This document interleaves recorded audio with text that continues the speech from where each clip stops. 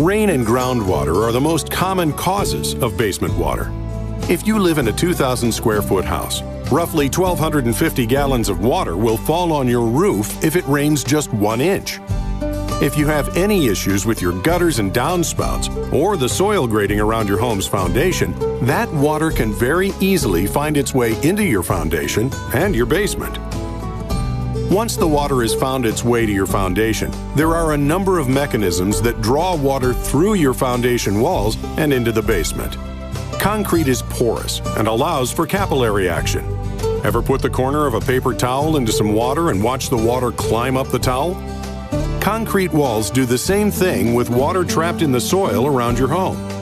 Depending on the type of soil you have, this capillary action can pull water into your foundation from as far as 20 feet away. There's also the issue of air pressure. In most houses, there is a slight negative air pressure in the basement.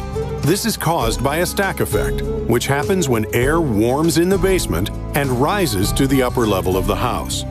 This negative pressure in the basement can be enough to draw moist air in through any cracks or gaps in the foundation or through uncovered sump basins.